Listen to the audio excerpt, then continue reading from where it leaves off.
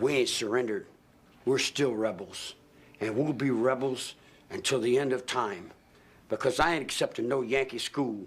He said, don't go to those schools, boy. So when I was 9 years old, I set the school on fire. And I went to reform school. Between 1942 and 1947, Manson spent periods of time with his mother and her assorted lovers around the Midwest.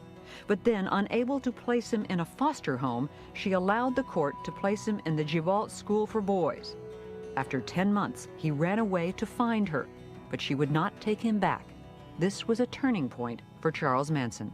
The only thing my mother taught me was that everything she said. Charles Manson was an infamous hippie and later cult leader to the group known as The Family. He was also a musician who was a very big fan of the Beatles. At an early age, he was in and out of reform schools and then in and out of prison. While in prison, he wrote music all the time. He once tried to start a music career which ended up failing. This made Charles grow angry, paranoid, and frustrated while in jail. Once he got out, he met Mary Teresa Burner, who was the first. Manson was a very big fan of the song Helter Skelter by the Beatles, which played a big role in his life later on. As paranoid as he already was, he believed that members of the Black Panthers were going to rise up and attack him and the family. His philosophy was there would be a racial Armageddon, and that the black man would rise and start killing members of the family. This would then result in racial revenge for the blacks, and they would win the race war, and Manson would lose all his power and inferiority. Not until 1968 did he start to have a big following. His following was young men and women whose lives, like Charlie, were centered around drugs, sex, and music. Charles also had many female followers in the family who he had children with later on.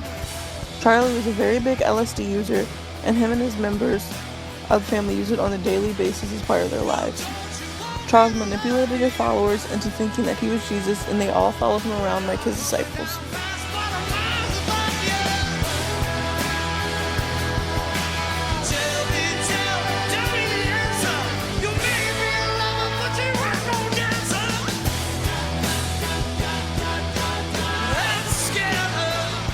On August 9, 1969, Charles told members of the family to go to the house of actress Sharon Tate and her husband, director Roman Polanski, and murder them as gruesome as possible. They both died, including her unborn child.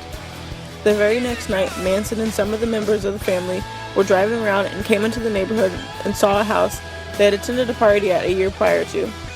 And the house next door was the home of the LaBiancas. The husband was a famous grocery company owner, and his wife was Rosemary.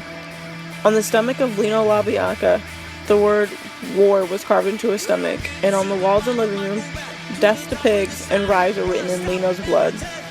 On the fridge, incorrectly spelled, was Helter Skelter. The only involvement Charlie had was tying the victims up soon after he left. All the members involved were put into jail, and so was Manson for conspiracy. Today there are still followers who still strongly believe in the idea